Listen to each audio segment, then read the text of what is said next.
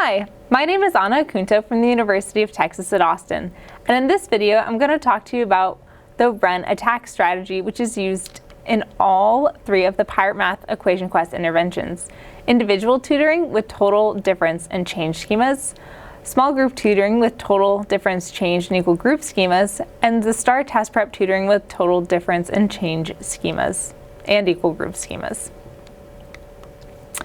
In every Pirate Math Equation Quest lesson, there are 5 components. There's Math Fact flashcards, Equation Quest, Buccaneer problems, Ship Shape sorting, and the Jolly Roger review. The run attack strategy is primarily used in Buccaneer problems and Jolly Roger review, where students solve word problems. Every time a student encounters a word problem, they use the run attack strategy to help them set up and organize their work before solving the problem. However, students primarily solve word problems and Buccaneer problems, the Buccaneer problems portion of the lesson, which is also where students are directly instructed on how to use the run attack strategy. To run through a problem, students need the run poster, their Buccaneer problem worksheet, the What Do You Ask Yourself poster, and a pencil. As the lessons progress and students become more familiar with how to run through a problem, set up and solve word problems, teachers can fade out the run poster and the What Do You Ask Yourself poster. So run is the attack strategy used in all of the Pirate Math Equation Quest interventions. An attack strategy is a general process for walking through and setting up a word problem in order to solve it correctly. Students learn in Pirate Math Equation Quest to run through every word problem they see, following these steps. First, before students check for a table or a graph, and if there is a table or a graph, they number it. Once students have numbered the table or graph, they run through the problem. R stands for read the problem. Students read the problem aloud. U stands for underline the label and cross out relevant information. Students first look for the label. The label is found in the question sentence. A question sentence is the sentence that begins with a capital letter and ends with a question mark. The label is the word that describes what the problem is mostly talking about. This is generally an object like apples, bananas, peppers, number of cards, things like that. The second part of the steps is cross out irrelevant information. Irrelevant information are numbers or words that talk about numbers that are not our label. So for example, if our label was apples, irrelevant information might be any number that's talking about bananas or avocados. Finally, N stands for name the problem type. In this step, students decide which schema a word problem belongs to. This is also where the What Do You Ask Yourself poster comes into play. Students decide whether they're putting parts together for a total, if they're comparing two amounts for a difference, if they have a starting amount that increases or decreases to a new amount, or if they have groups with an equal number in each group. If the problem is a total problem, the student will mark the word problem with a T. If the problem is a difference problem, the student will mark the word problem with a D. If the problem is a change problem, the student will mark it with a C. And if the problem is an equal groups problem, the student will mark it with an EG. Here's an example of a word problem from a Buccaneer worksheet, and we're now going to run through the problem just like a student would when they would set up and solve this problem using the run attack strategy. So the first thing I need, and I've written run here, as a reminder to make sure I complete each of my run steps. So the first thing we do is check for a table or a graph. There's no table or graph in this example, but if there were, I would number it. So now I'm gonna run through it. R stands for read the problem. This problem says there were 67 apples on the apple tree. There were 43 bugs on the tree. If 29 apples fell to the ground, how many apples are still on the tree? So I read the problem, so I'm going to check it off. My next step says underline the label and cross out irrelevant information. So we look for our label in our question sentence. The question sentence is a sentence that begins with a capital letter and ends with a question mark. So my question sentence says, if 29 apples fell to the ground, how many apples were still on the tree? This question is asking me about apples. It's not asking me about stamps or tree, or not trees is not a great example here, but it's not asking me about stamps or rats, it's asking me about apples. So I'm going to underline apples because apples is my label. Now the next part of use is to cross out irrelevant information. So now I'm going to scan all my numbers and make sure they're talking about apples or that they're relevant to this problem. So you see my first number is 67, and that's talking about apples, so that information is important. I keep scanning. The next number I see is 43 bugs on the tree. My question does not ask me about the number of bugs, so 43 bugs is irrelevant information, so I'm going to cross it out.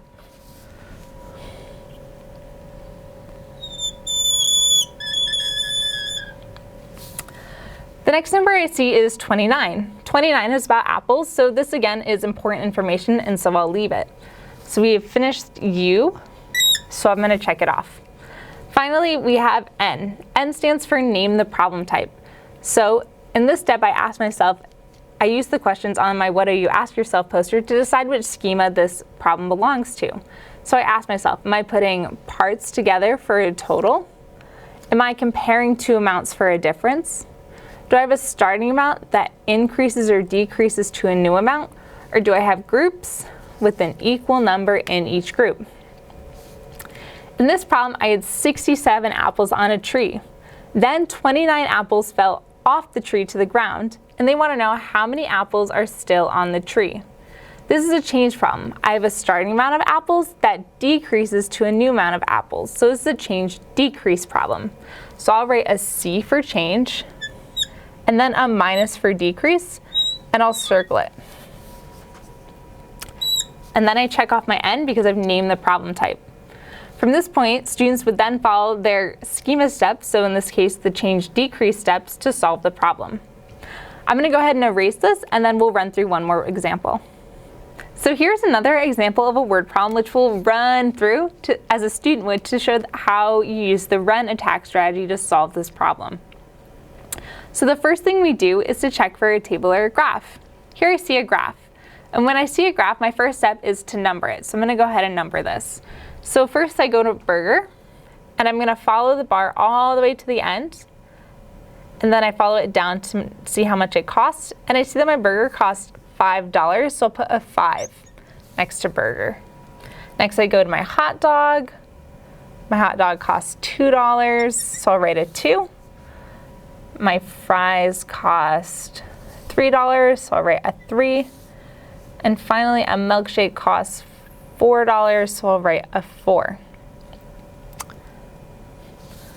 All right, we've numbered our graph, so our next step is to run through the problem. I'll write R, U, N to make sure I complete all my run steps. R stands for read the problem. The problem says, how much do a milkshake and a hot dog cost all together? I read the problem, so I'll check off R. U stands for underline the label and cross out irrelevant information. We look for our label in our question sentence. Our question starts with a capital letter and ends with a question mark. Remember, the label is what the question is mostly asking about. So my question says, how much do a milkshake and hot dog cost all together? This question is asking me how much they cost, so I'll underline cost. However, we teach students that we don't say, oh, my hot dog is 5 cost. You know, to buy fries, I need 3 cost. We say dollars. So I'm going to draw a dollar sign under my line to remind me to say that my label is dollars and not cost. The next part of use is to cross out, whoop, there it is. The next part of use is to cross out irrelevant information. So here my question sentence is, how much do a milkshake and hot dog cost all together? So while there is no irrelevant information in the question, we also have to check our graph for irrelevant information. Here I see a burger. My question isn't asking about how much a burger costs, so I'm going to cross it off because it is irrelevant information. The next is a hot dog. The question does ask me how much a hot dog costs, so a hot dog is important, so I'll leave it. The next is fries. 3 is talking about fries. Fries is not important, so I'll cross it off again. It's irrelevant. And finally, a milkshake. I do care about the milkshake, so my milkshake and the 4 are important, so again, we'll leave that. So we've finished underlining our label and crossing off irrelevant information, so I will check it off. Finally, N stands for name the problem type. So I look at my what do you ask yourself, and I ask myself these questions. Am I putting parts together into a total? Am I comparing two amounts for a difference? Do I have a starting amount that increases or decreases to a new amount? Or do I have groups with an equal number in each group? The question asks me, how much do a milkshake and hot dog cost all together?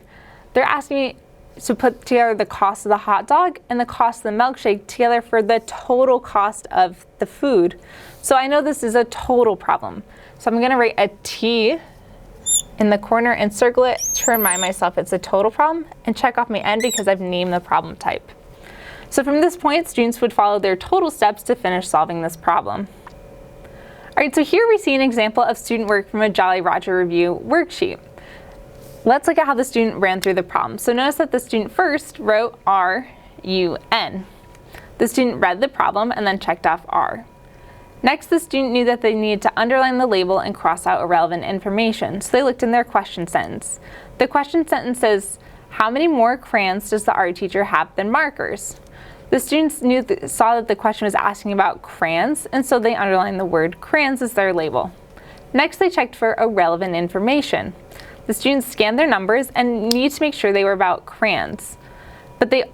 So let's scan. So it says we see 15 blue markers. Now we notice that this isn't about crayons, but it's still important information.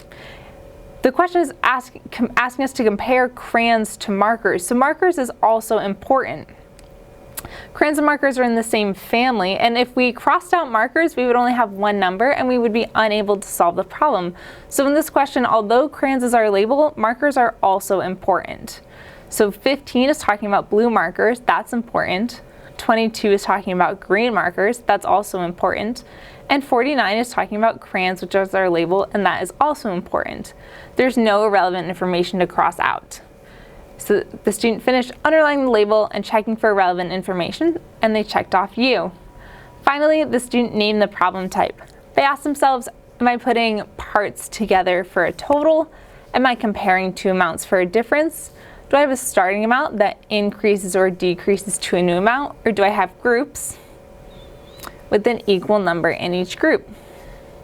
Here the student noticed that they were comparing the number of markers to the number of crayons to find the difference. So the student named the problem type as a difference problem and put a D in the corner and checked off N.